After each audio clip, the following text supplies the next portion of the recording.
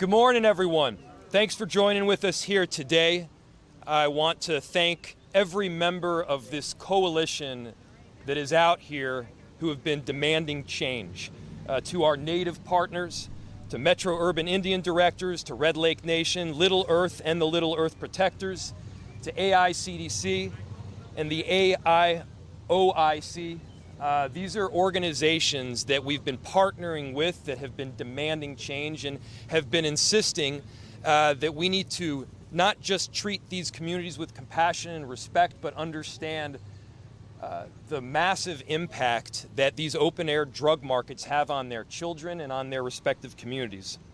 I want to thank our law enforcement partners, Minneapolis Police, Park Police, Metro Transit, and the Hennepin County Sheriff's Office and Sheriff Dewana Witt. I want to thank our city staff, especially our commissioner, Todd Barnett, who is a huge reason why we're here today. He saw the need for stronger coordination and a more clear response, and he's helped develop that response from the ground up. I also want to take a moment to just stop and take in the community, the people, and also the activities that are happening around us.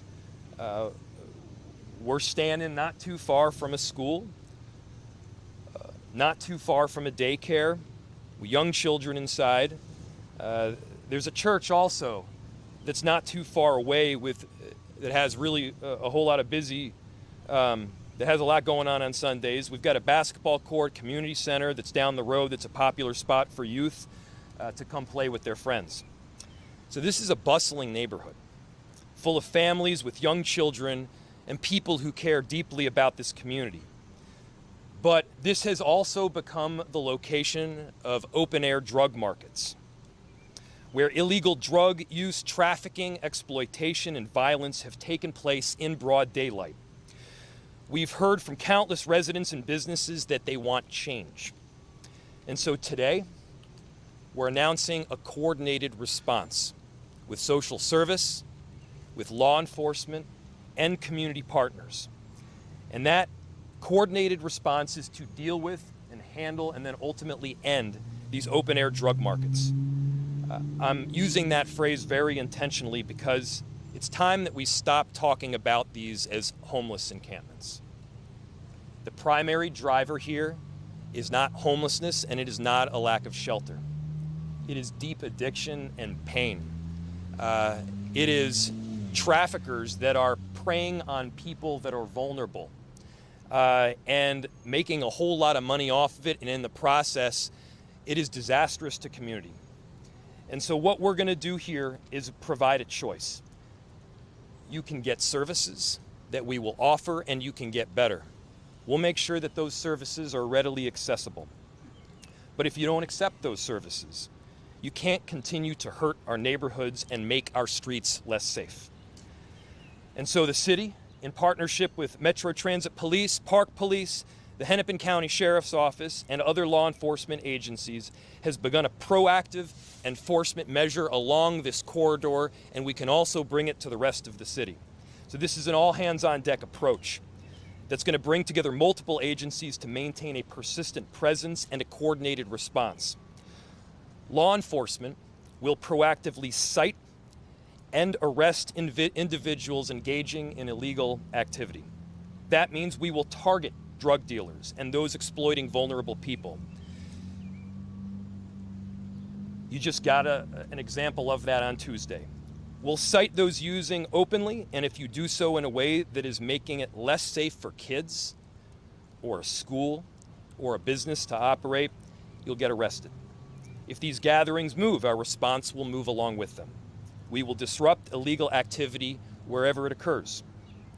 We will have off-ramps at every point: shelter, housing, diversions, citations.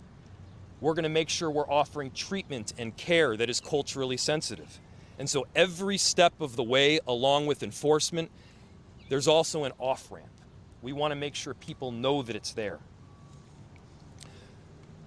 We will also need other criminal justice partners to make sure that accountability doesn't end at the point of an arrest. Releasing people back into the very same cycle isn't helping them or their surrounding communities. This is not about criminalizing addiction. This is about addressing criminal behavior, exploitation, and really dangerous conditions that are harming both the people within these gatherings and the surrounding community. Outreach and enforcement are not competing strategies. They do go hand in hand. Our city and Hennepin County has led the country in moving people from temporary shelter to permanent and/or supportive housing. Unsheltered homelessness continues to decline dramatically. At the start of the summer, there were 239 people in Hennepin County, not just Minneapolis, that were actively working with our outreach teams. Those 239 people are connected, they're known, and are on a path to stability. We've seen an 11% reduction since 2025, a 20% reduction since 2024, and a significantly greater reduction than that since 2020. But what we're seeing here is not unsheltered homelessness alone, and that is not the primary driver. It's about addiction and dealers that are preying on vulnerable people who are addicted. Just this past month, I visited Little Earth, and during that visit, I learned that there were 4 children that had stepped on discarded needles and required HIV prevention treatment. While enforcement efforts increase, our homeless response team will continue to be on the ground daily, offering shelter, offering services and transportation and support. Our mobile medical unit will be meeting people where they are to provide services on site. And our partners at the county will continue to come out and offer shelter and care to anyone who is interested. But after years of intensive outreach, we've reached a point where we cannot simply stand by while illegal activity continues to endanger our neighbors.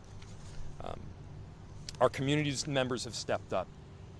There's been a shift of both the mentality and the response over the last several years, and what we're adding today is a very coordinated response. You will see results, and we're going to be working hand in hand with the incredible partners that are behind us. I want to mostly thank our Native community. Not only have they stepped out and spoken up around a very difficult issue, they've suffered greatly because of the circumstances that they've seen in their neighborhoods and on our streets. And so the fact that they have the courage of their conviction to come out and tell the truth today, the fact that they have the courage of their convictions to demand better for their communities, I think is a huge deal. And so with that, I'm going to welcome up Joe Hobot, the president of AIOIC, who's been a consummate partner. Thank you, Mayor Fry. Good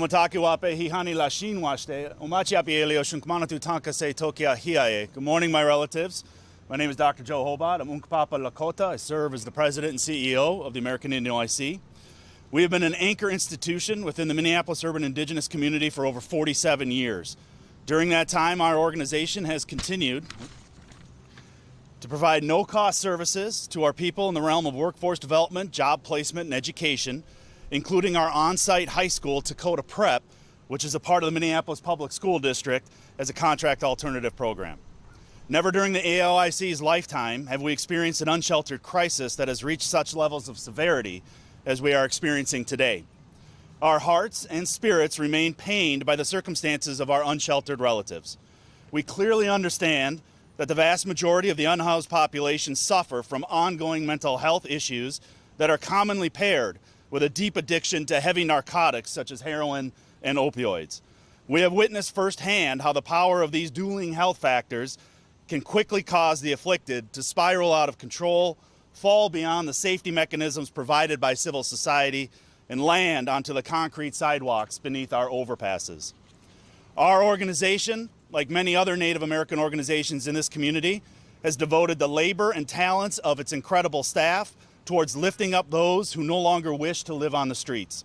Working collaboratively with our partners, including the City of Minneapolis, Hennepin County, the State of Minnesota, the American Indian OIC has contributed significantly towards reducing the number of unhoused over the decades we have been in operation. What now remains in the wake of our collective efforts is a residual population of homeless that are the very hardest of the hard to serve. These are the folks whose mental health challenges and personal addictions are so deep, so profound, that our usual strategies of interdiction simply are not working. While our various teams continue to recalibrate our strategies and persevere in our work, the unsanctioned gathering spaces where the unsheltered now congregate have steadily devolved into very dark, exceedingly violent, and wholly inhospitable street encampments. Rampant open-air drug use, criminal drug dealing, prostitution, and physical violence, including gun violence, have become increasingly common within these camps on a daily basis, occurring at all hours of the day. As a result, the Minneapolis urban indigenous community now finds itself hostage to these depraved, lawless, and incredibly dangerous encampments.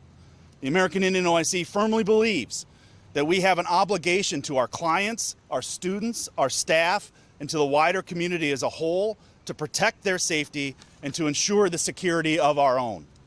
Therefore, it is imperative that we continue to work collaboratively towards eliminating these encampments permanently.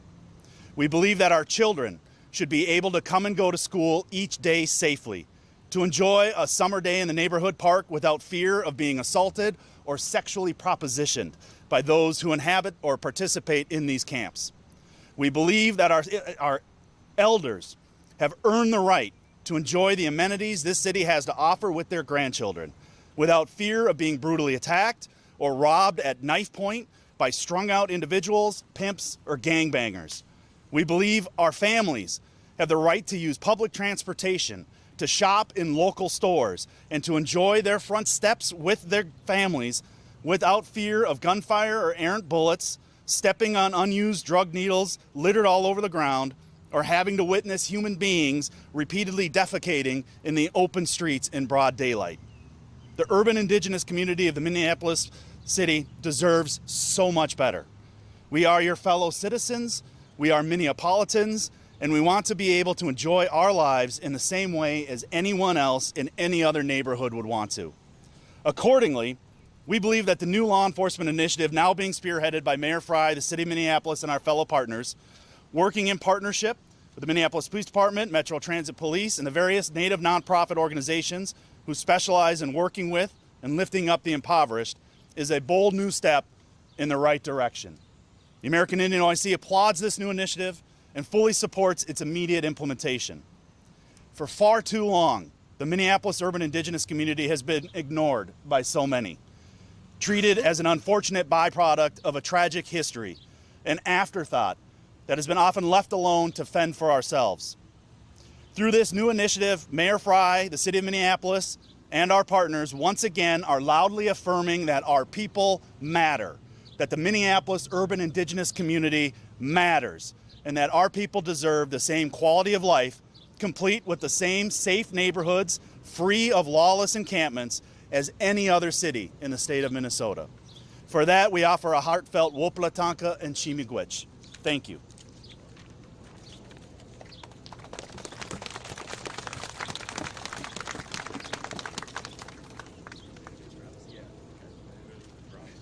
I'd like to introduce my colleague, Travis Earthwerner, the President and CEO of the American Indian Community Development Corporation.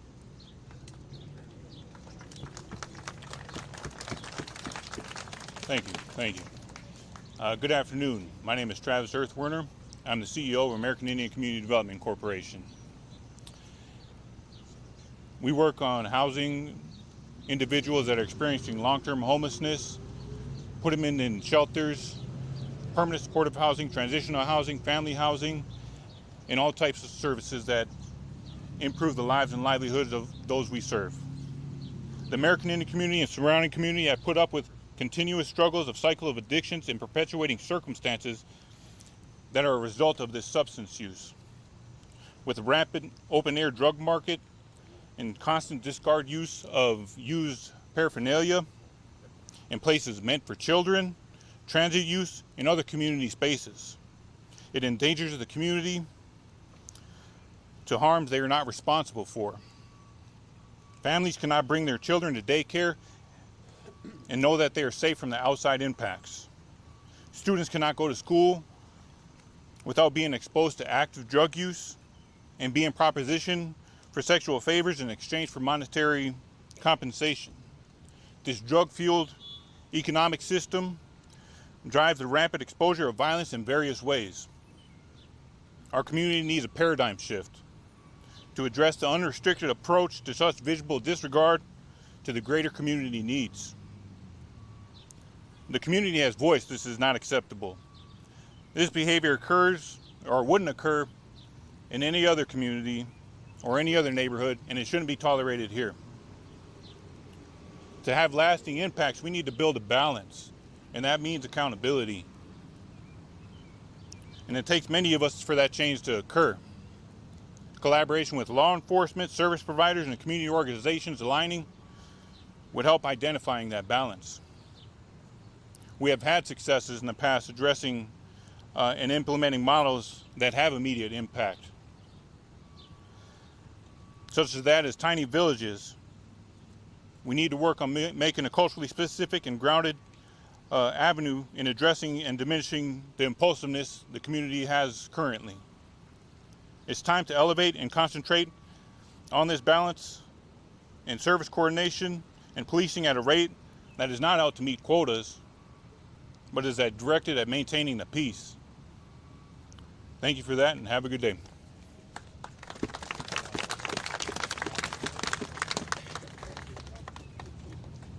Next, I'd like to bring up the Secretary of Red Lake Nation, Rob May.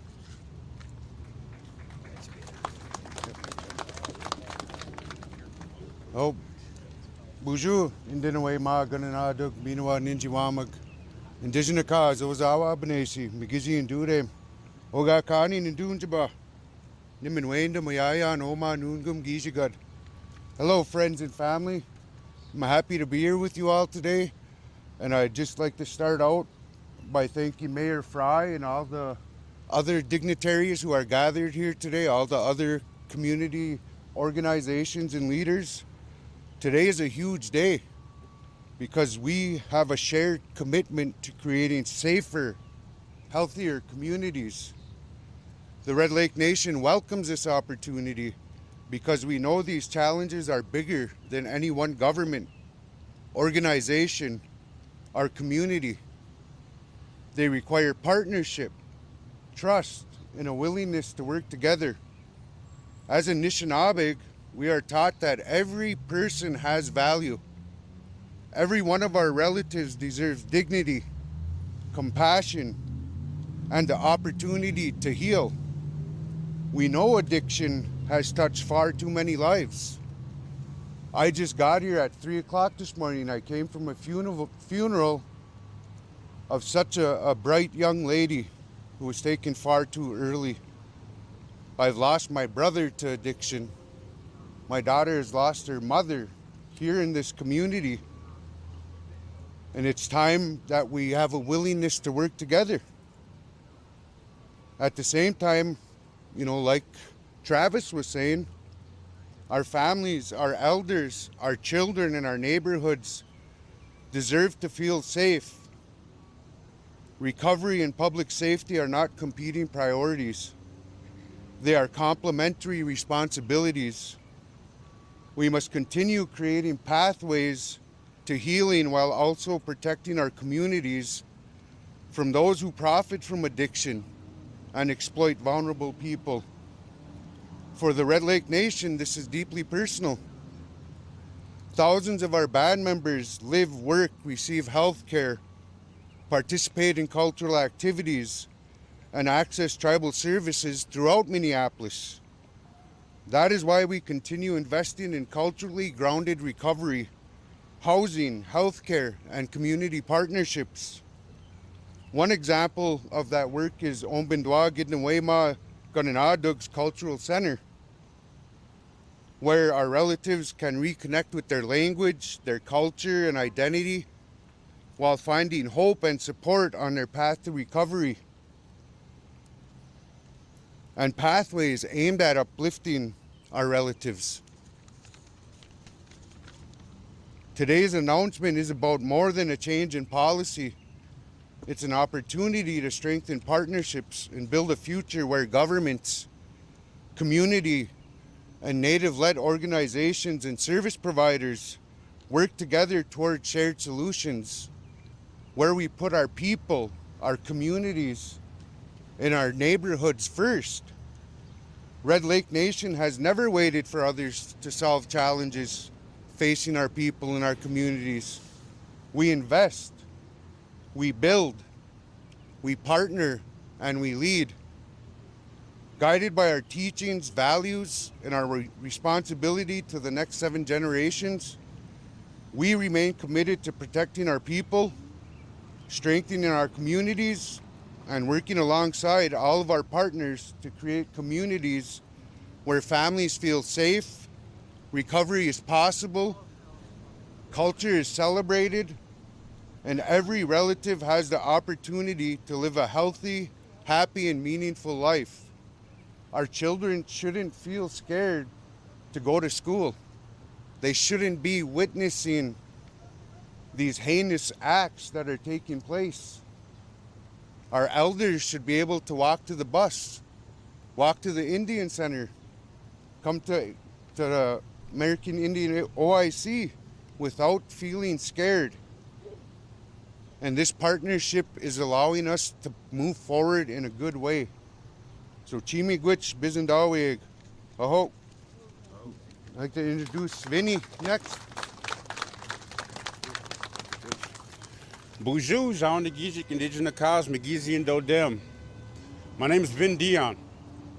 I was born and raised right here in this community, so, maybe a block and a half away from here, Little Earth. And I currently reside on Franklin Avenue, which we're on right now. I'm a father, I'm a husband, and I raise my children in this community. I'm also an advocate, I'm an activist, and I'm also a housing worker with our unsheltered population.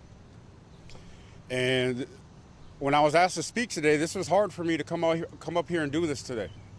I love our people. I work with them every day. I've established relationships with them. But also, one of the other things is I'm in recovery. This year will be my 13th year that I've been sober from heroin,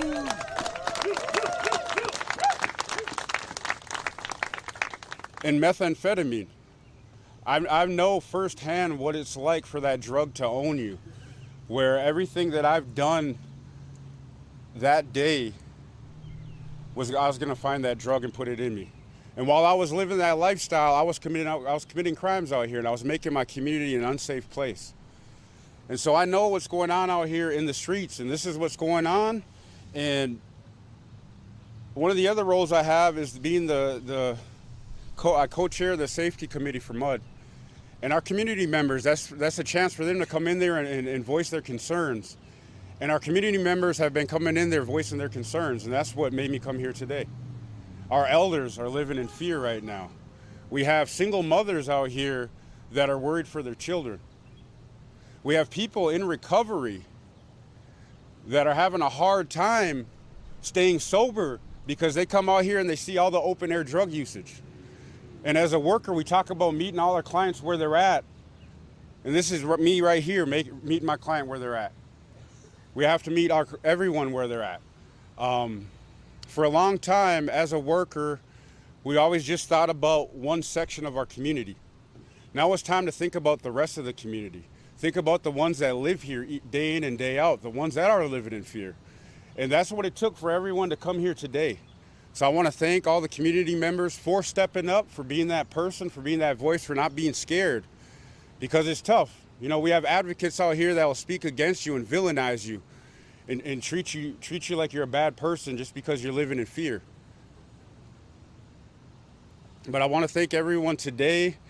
Also, you know, I live out here. I'm out here every day, each and every day.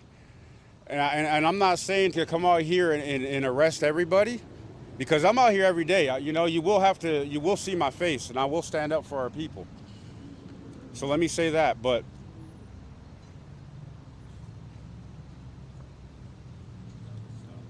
I want to thank my good friend Travis Earth Warner. He taught me a lot about doing this outreach work. He's the one that asked me to come up here today. And I guess with that, I'll close. Thank you. Next up, we have the Deputy Chief. Thank you so much. Thanks for the speakers that went before me. I really appreciate everything that they do for their community and everything they do to help us as a police department. My name is Mark Kluko. I work as the Assistant Chief of Operations for the Minneapolis Police Department. I want to make really clear, known that everybody understands that using narcotics outside is illegal, soliciting sex from children is illegal, defecating outside, robbing people, assaulting folks, and peddling narcotics to very vulnerable people. It's all illegal.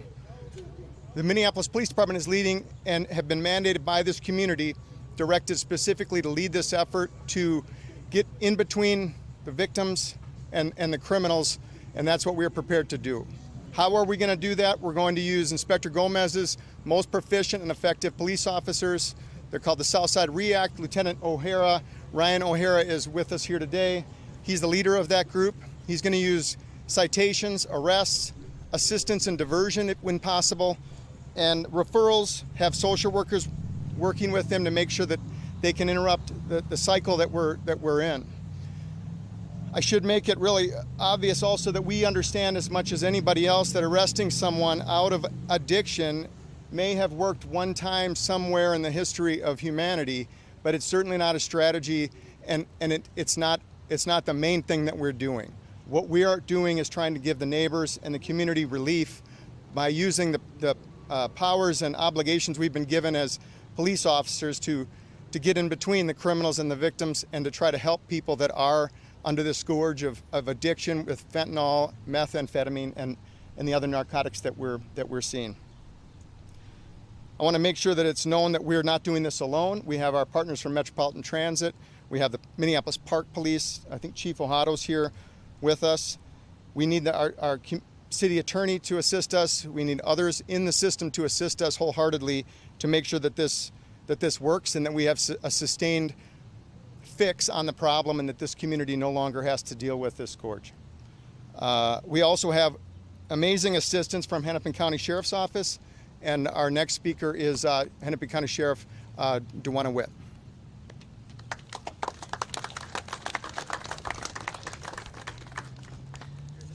Good morning. Hello, my name is Duana Witt. I am the Sheriff of Hennepin County. Just this week, I spoke at a press conference hosted by the U.S. Attorney's Office alongside MPD, FBI, and the DEA on the indictments related to drug trafficking organizations that is wreaking havoc in our communities. Investigators tracked some of the suspects who are accused of selling deadly narcotics, and they found that some of that dealing occurred in open-air drug markets right here in Minneapolis. Open-air drug markets aren't just havens for those suffering from addiction. They're also responsible for destroying the neighborhood economy. Research has consistently shown that these places are associated with increased violent crime, high property crime, public health concerns, reduced perceptions of safety, declining business activity, lower quality of life, and a greater demand on all of our first responders. We know that arrests and citations alone won't solve the underlying problems: addiction, poverty, mental health issues, and homelessness. I was an addiction professional for quite some time, and I grew up in a family and a community not far from here that was also plagued with addiction. I know firsthand how drugs destroy families and communities. So this is personal for me, not just professional. I know the challenges, especially when someone doesn't accept resources. An integrated approach that blends law enforcement with trauma-informed social services to provide continuous engagement and build trust is what is needed, along with working with those that live in our community. This includes those individuals who declined to accept those resources. We cannot leave the rest of our community fearing for their safety. We cannot afford for children to believe that drug dealing and drug abuse is a norm. We cannot accept that. Our children deserve better. Our communities deserve better. We all deserve better. Open-air drug markets will be dealt with. That I can promise you. We will continue to enforce the very laws that are in place to assist us in dismantling the deadly drugs that are harming our community. The impacts of drugs are far-reaching and destructive to all communities. And that's why it will take all of us to combat what we are seeing here right in this very community. My office will continue to work with all our law enforcement and public health partners to find long-term and sustainable solutions. You see, just because you see things get better doesn't mean you're done. It means you still have to be on it so it never starts again. Today's announcement is a proactive step in the right direction to create safer and healthier communities for all. Thank you, and I'd like to introduce City Council Vice President Jamal Osman.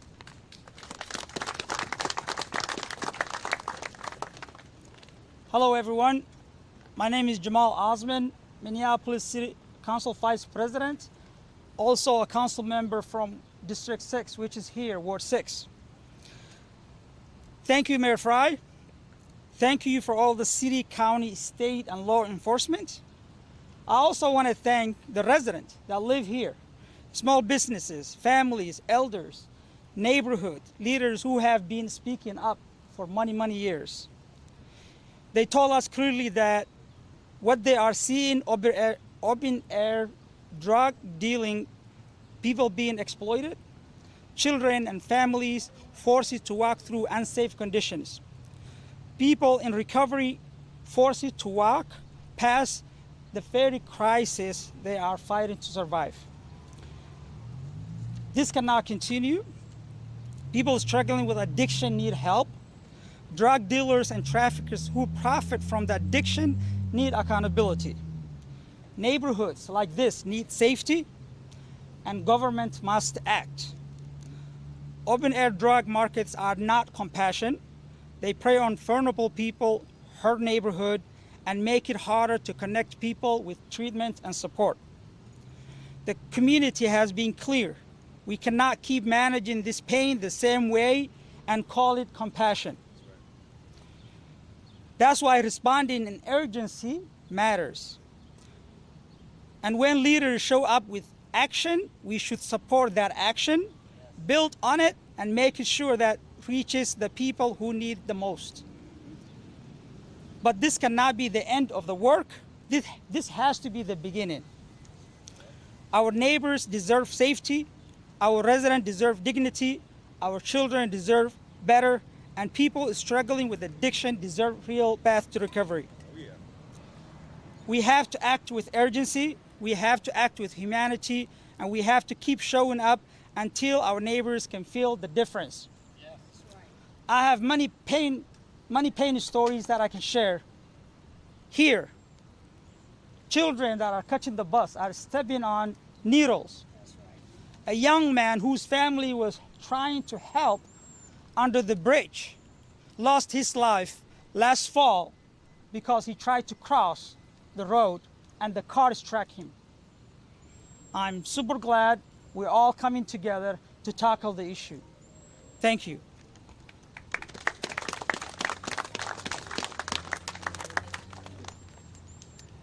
Next, we'll have our Director of Regulatory Services, Enrique Velasquez.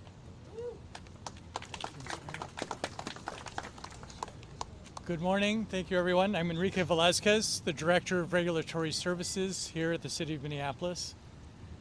I want to start by saying, actually repeating something important here. Our city is very much in the business of human-centered, compassionate care. That is going to continue. We will not stop. People who are suffering from addiction, from substance use disorders, they deserve respect, compassion, and options for treatment. It's our duty to help our fellow neighbors, our relatives. Yes, enforcement matters, and so does empathy. So does kindness. Whether people with substance use issues are unsheltered or not, our homeless response team is out every single day to offer resources, sheltering options, and treatment services for those who wish to avail themselves of it. Every day. Our partners like Hennepin County and other service providers are also out every day to help and offer resources. Our city's medical mobile unit continues to visit neighborhood community clinics near these same hotspots to offer medical care and substance use services. We have 3 Narcan vending machines in the city that have provided more than 11,000 life-saving doses since they were installed. 11,000 life-saving doses. And Brixadi helps people manage the withdrawal symptoms so they can receive the care that they need. Since last August, through our program, the Fairview Recovery Clinics in Cedar Riverside has administered 150 doses of Brixadi to people who needed it. Our efforts are working, and we're seeing a decrease in the number of encampments, seeing a decrease in the number of unsheltered residents. But we've also noticed that many of the people in open-air drug markets, they're not unhoused. They're drug dealers that are preying on people who are. They're taking advantage of community members in the surrounding areas. That cannot continue and will no longer be tolerated. Our work continues, and we're proud of it. Compassionate care is still accountability. With that, I'll turn the lectern back over to Mayor Fry. Thank you. Thank you, Director. I also want to note that we're joined by our Deputy Director of Health in Heidi Ritchie, and I believe David Bernstein, who I've not seen yet, but he's from our City Attorney's Office. And with that, I'll open it to any questions that you might have. You talked about increased enforcement.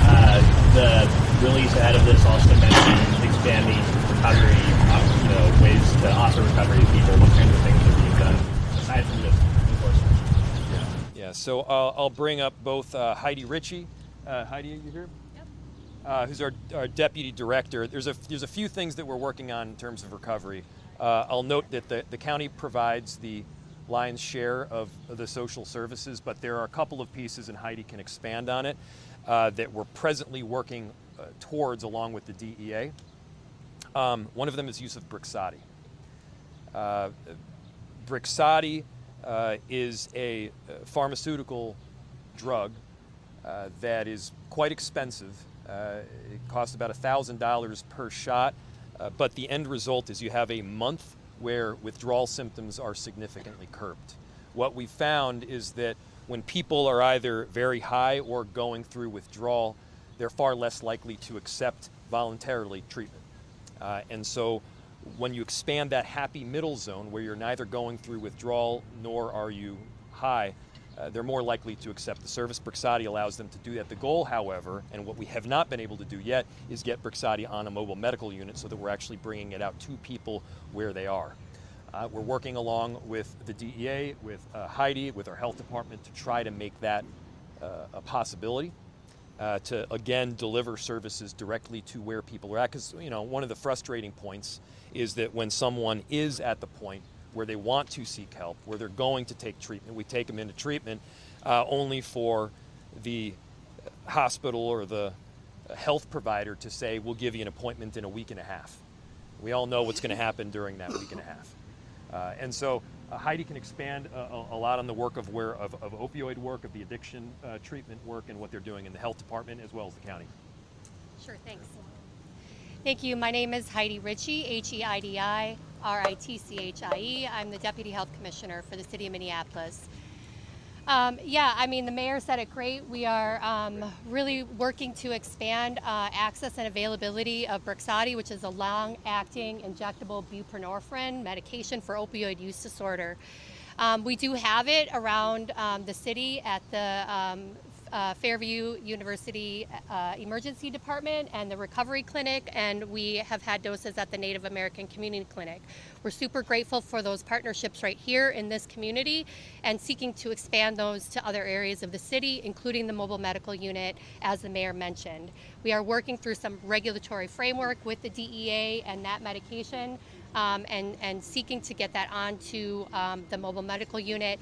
Also with access, we're working with the Board of Pharmacy to see if there's ways that we're able to create that access within our pharmaceutical and pharmacy network. I have a question about geography. We've been talking a lot about Franklin Avenue, but rightly so. We know it's not the only open-air drug market in the city. Lake and Blaisdell is about as bad as I've seen it. Is this same thing we're talking about also applying to Lake and Blaisdell and other areas? Yes. Enforcement, what that looks like as far as when are citations issued, when are arrests issued, and how does the social work kind of work between those two? Yeah, it's a great question. AC Kluko, you hear that? We do have prohibitions for custodial arrests in many cases. when it comes to folks that are committing misdemeanors, to put them in jail is not an option. We don't have that in our capabilities. And your question related to when we could give them a citation and when they can go into a custodial arrest situation, and also the deferral process, maybe that's of interest to you, is if they get a citation and we also help them into a process of finding social services and they have success there, that citation, we have an option to bring that down in a diversion program. The felonies are really the ones where they can go to jail, and that's where the county attorney is. We're going to need them to assist us to get those prosecutions to stick and the charges to stick on those folks, so we can. Would that be more for like repeat offenders or just kind of numerous? Really, we don't know. Misdemeanors are misdemeanors, and we don't have multiple misdemeanors graduate to a felony. The misdemeanors are handled at our city level, and felonies generally go with violence or a Schedule I narcotic that the rest that they're peddling. And we're talking about stepped up enforcement. I mean, why now? Why not sooner? What was the breaking point now to say we got to really step in? Certainly, if you want to start. Well, we're responding immediately to our mayor and the communities with a specific directive, and the priorities within the city and the things that the police department is obligated to do. We certainly are going to be deprioritizing other things to make sure that this is effective and efficient. When you cite someone for open use, does the 1800 Chicago facility play a role in the decision that they get? Yes. What is sort of that decision point? If someone's using openly, they're not a dealer. What is that conversation like? I'll tell you the most difficult thing, and if someone wanted to step on that, the most difficult thing is talking someone into the squad car to give them a ride in to get to 1800 Chicago, because we also have. Right, we can't transport people that don't want to be transported. So we have to sort of we would always love to bring them to 1800 Chicago rather than give them a ticket. The folks that are using, the folks that are addicted. Yeah. Guys, anybody else? Yeah, I'm a bunch over here. Vinny, if you're willing to answer, this looks like a huge apparent shift in true partnership in the community. How confident are you? Confident are you that this would work, assuming this has been tried before, or how are you feeling today? This is how I'm feeling personally. I had my best friend die underneath this bridge over here just a few months ago. He was a person that I grew up with since we were 5 years old. I've known him for 40 years. He was also a person that I used to get high with and use and run the streets with. So for me, personal stories like that, and that's just one of them. I also have a daughter in active use right now. So for me, we have to do something different because our people are dying in the street today. And with our population where it's at right now, it's so low, I'm worried that in the future we won't have a community because a lot of our people are dying in the street. So that's why I stand here. I'm open to do different things. You know, obviously what we've been doing has not been working because here we are, you know, years later, still doing the same thing, still talking about the same issues. The mayor, could you respond to why now? Is this a direct response to the arrest of those gang members a short time ago, or was this something that the city's been working on for a while? I'll answer your question in just a second. But I also got one other thing about my recovery journey. I wasn't strong enough to say enough's enough and to go into treatment or jump on Suboxone or any of these MAP programmings. It was forced upon me. I was arrested. And that was my way into recovery. So also that's why I do support that, because for some of us that is a way. I support recovery, you know, and whatever that looks like. And everyone has their own recovery journey that is in recovery. But I can tell you, when I go to some of our recovery meetings and I ask our people, what did that first day look like for you when you got sober? Over half the time it was like, well, I was sitting in a jail cell in Hennepin County, or I was sitting out in the workhouse. And so, yeah, I will get behind this, you know, because it is a pathway into recovery. But also I understand we need to have more services for them when they're coming out of that. You know, it wasn't just jail that did it for me. It was all these awesome programming. And it took me to get sober to have a clear mindset where I finally was able to humble myself and take these programs. So we do have to ramp up these programs. We do have to have more resources for our people when they're coming out of that.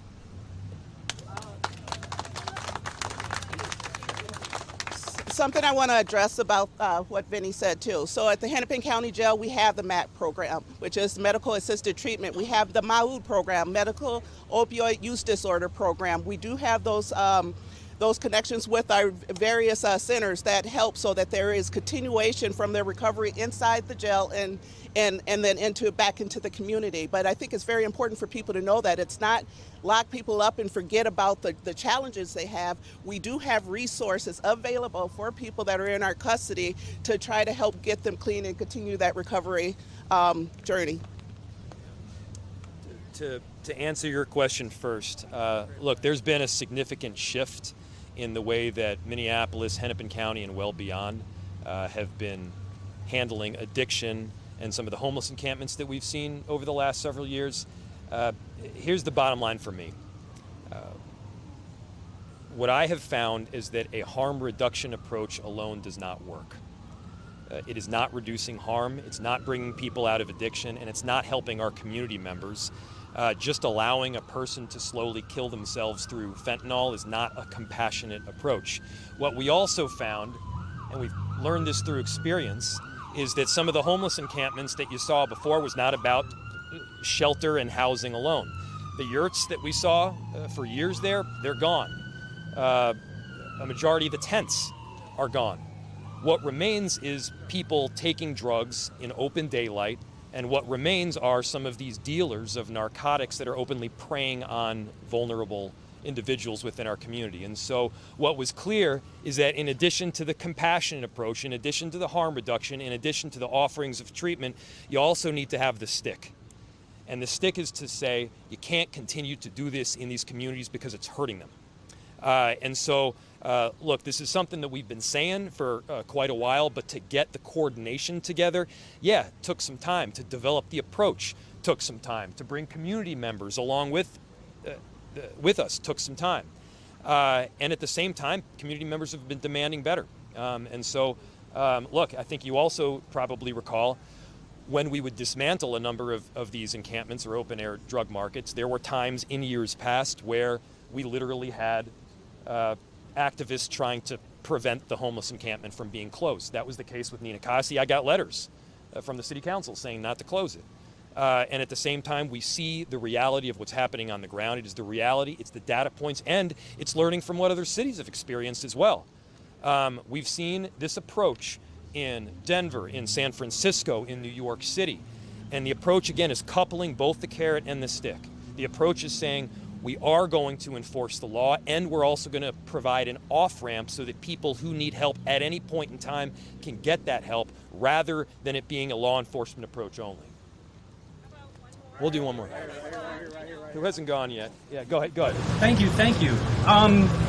With the recent reversal of the Olmstead Act, I noticed somebody mentioned mental illness being prevalent in these encampments, which I've also witnessed and documented. 40 to 57% of people that are unhoused, unsheltered in our country are diagnosed with disability. These diagnoses are not necessarily common in here. Can you talk about some of the resources, some of the plans to care rather than just punish people that might not have resources to mental health stuff? You're right. It's got to be a both-end approach. It's got to be the compassion coupled with enforcement. Those two pieces are not mutually exclusive. Some of that social service obviously is provided through the county. Our Deputy Commissioner of Health, Heidi Ritchie, mentioned some of the work that we're doing through the mobile medical unit. A lot of that mental health work that you just discussed needs to be expanded, though. What I'm envisioning is a statewide facility that can help get people care. I've been in so many meetings, I know our Native community can attest, where we have long conversations, we bring the partners together, and then ultimately the question is asked, what happens when service and treatment have been offered again and again and it's been refused? That is the question. It's what happens when treatment and service has been offered again and again and it's been refused. And ultimately, yes, we do need to have some form of mental health service, as you mentioned, that is not solely dependent on a voluntary commission. And so that's what, I think this is work that obviously needs to happen broader at the state, but it's stuff that we just need to be honest and frank about and talk about, even if it's hard. I'm going to do one more. Let our elders speak. I'll let the elders speak, and then I'll let Mike speak, and then please.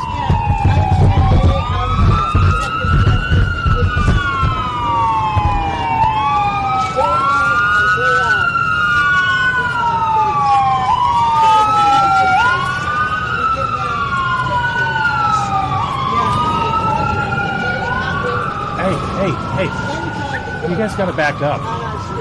You guys can't keep moving forward.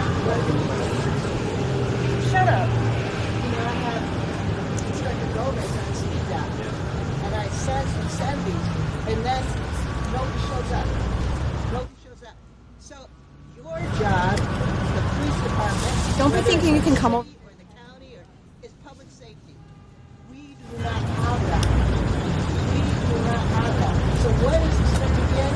And I don't want to hear anymore about we can't get anybody in our vehicle unless they choose to. Arrest the drug dealers. Arrest the people who are selling this poison in our community. That means pharmaceutical companies, that means providers. They're the ones who started this in our community. And Guys, so we we have have a question. So we got to go with the question. So Sharon has a question. Why does it begin again? And also, it's Georgia Floyd. That there was a don't arrest anybody. And now that pendulum has swung way the hell the other way, and we have it's a free for all. And I'm tired of calling the police when the police have responded. Yes. Sharon, thank you. Yes, when is it going to begin? The answer is now. And so with that, everybody, thank you so much for the time. Mike, I promise I'm going to talk to you right after this. I'm going to walk right off the podium and talk to you directly. Thank you, everybody, for being here. Thank you to our partners. Thank you to our Native community here. You all have stood up and you're courageous. Thank you. Let's go right around.